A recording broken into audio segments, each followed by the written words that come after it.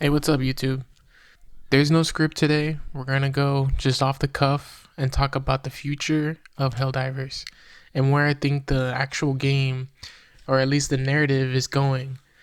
Keeping in mind that this is a live service game, there's really no telling where this game can actually go. There isn't gonna be like real big forms of DLC that we'll see in a single player game. Instead, it seems like the narrative is based off of what the enemy does, how far we can control them, or how much we can control them, and attacking and defending and new enemies, hinted in the future. And so that's what this video is really just going to delve into, is just my own speculation about where the game is actually going. So first of all, it seems like we got the robots under control, the automatons under control, but it was only for a short while before they actually pushed towards Super Earth more than we've seen since the release of Helldivers 2. So it's really exciting. It's really cool. I for some reason I didn't think that would ever happen. I thought they just stayed at the edge, always threatening Super Earth. But it's really cool to see that they're actually advancing on Super Earth and that they're actually threatening our home planet, which is really dope. So I'm taking a closer look at Earth. I'm looking at Mars is in our solar system. So, and then the outer solar systems nearby that are neighboring Super Earth. And there's a real good chance in the future, just to spice up content and make things interesting, that the developers will go ahead and let these robots, push in as much as they have. And we can even see in the future, and this is really what inspired this video, is an attack on Super Earth where we'll have to defend Earth, and we'll have to defend Mars, and we'll have to defend all these neighboring solar systems. So it's pretty dope.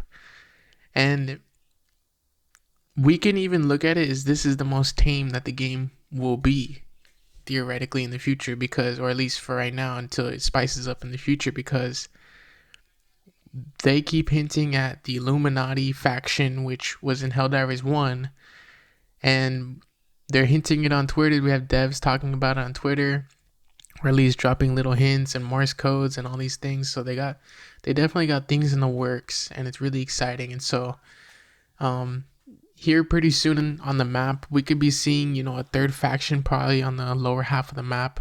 We could be seeing 4 in total. There's space on the map to add a couple different variations of enemies. It could be Illuminati and plus another. So it's really exciting.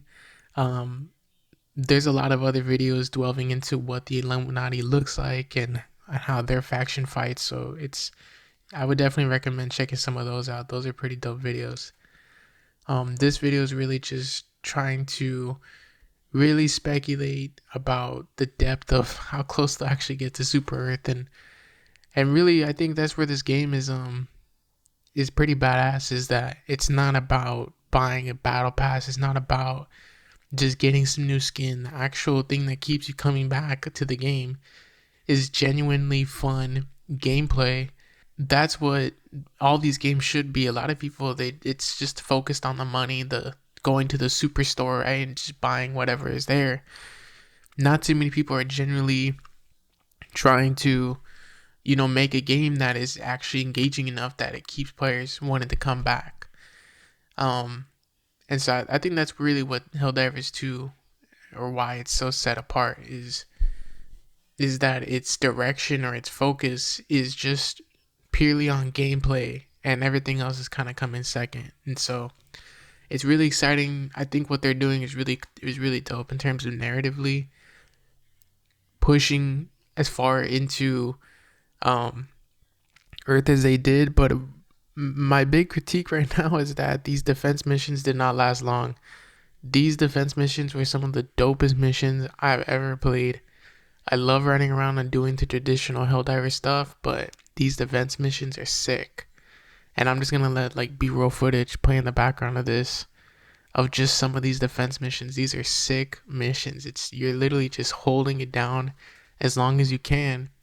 And there are some people on Reddit that speculated that this precious cargo is Helldivers, and it's from the first Great War, these Helldivers. And so it's pretty sick how if you really think about it, where these Helldivers are crowd freeze after the first war, the first Great War, and they're just frozen for how many hundreds, thousands of years before they can be unfrozen to fight the next one. So I mean, these people are complete tools for democracy, but fuck it, it's pretty dope. And so if these guys are considered to be precious cargo, then as thrown away, these guys are their lives are thrown as like easily these guys' lives are thrown away. You know, they don't seem to have a problem with like treating them like they're precious though. So fuck it, and it makes sense too. Why these fucking robots are going for the supply of all these Helldivers. So they see it as a valuable asset as well. So it's pretty sick. Everything is making sense with the story too. I guess that's what I'm really praising here, is that everything just kind of makes sense. Like, it makes sense that we're trying to protect Super Earth and maintain our influence in the galaxy, and that they're just using propaganda to propagate their civilian population into being radical for their country, which is what every country does, right? And you got the fucking robots here, attacking key points. We're defending key points. They're pushing into different solar systems and trying to set up, fabricators. We come in and try to stop their supply. The game actually makes sense, and I think that a good analogy here, if you're older, is that, or you're around my age, is that, at least when I was younger, Fallout 3, first Fallout New Vegas, right? Not directly related to Helldivers, but in terms of like creating a narrative that actually makes sense. Fallout 3 didn't have a lot of world building. It didn't have a lot of things that made sense. Shit was just kind of crazy. And everything was wacky, and you have crazy music in the background. People just seem to be surviving. Where Fallout New Vegas, they had like crops and fields. They had like some sort of like an ecosystem and economy that it made it really believable that new people could actually survive and live in New Vegas despite all these mutations and things that went wrong.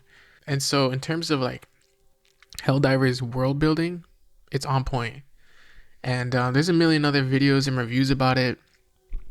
I might make a video about the world building in Helldivers, but I just feel like a lot of people are covering a lot of different aspects of the game, so I don't want to just make something that other people already did. I want to try to do something I haven't seen too many other people do.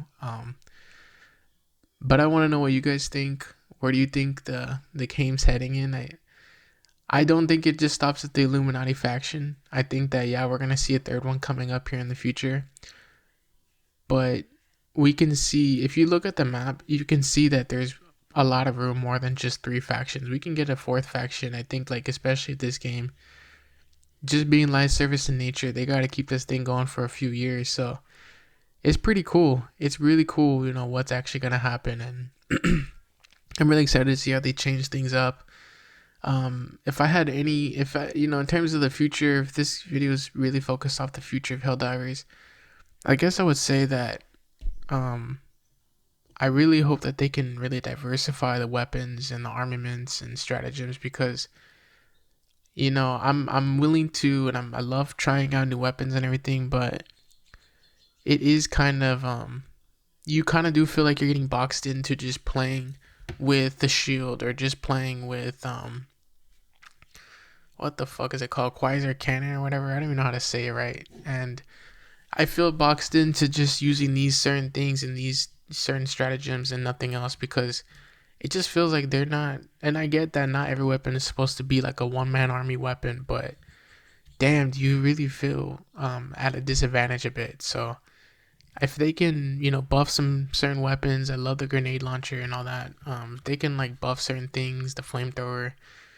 They can add new stuff, which of course they almost certainly will. Then, no problem. That's just kind of what I would hope, and I would want for them to really do.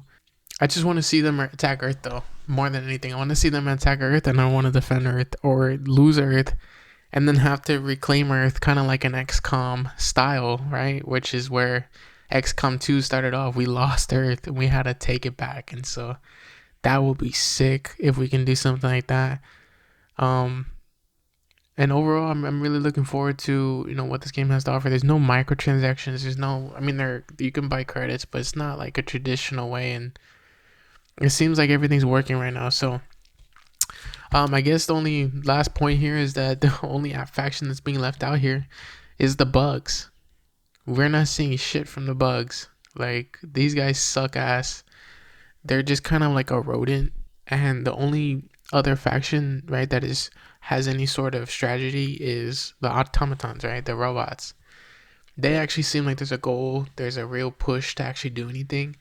The bugs just kind of seem like a nuisance, like rats in a cornfield or something, just eating crops. Like, there's nothing significant about them. They're not really doing anything. And so um we gotta beef up our bugs. I mean, it's no secret that the most played missions are on the bug side and not the automatons, and so the devs are talking about re um redesigning or rebalancing the robots and all that. So maybe there's some truth to that. It's definitely more fun to play the bugs. I don't know why. I think that there's just too much going on with the fucking robots. I mean, you can see here these guys are ridiculous. But it is kind of fun to just be like, I only want to play level 9. I don't want to play any easier difficulty. And I know that there's a better balance around 7 or 8. But for me, I just want to drop into a literal, I mean, it's Helldivers. I want to jump into literally hell and just be fucked from the get-go. You know what I mean? And just barely survive or not at all. And I think that's what this game is really popping off, is just, it's so unbelievably insane, and that's where I have the most fun. But with the bugs, it's just, for some reason it's more doable, but it's still hectic and you barely make it, but you feel like it's kind of more fair. I don't really know how to break that down. That's probably a video for another time, because I would have to really think about why or what makes the bugs easier than the robots. But it could just be that they can shoot and there's missiles everywhere and there's bombs and everything, so maybe that's what makes it harder. And in terms of just the bugs, it's kind of probably more like Left 4 Dead, where you're just fighting off a horde but they're just chasing you like zombies. And so maybe in that way you can shoot and they can't.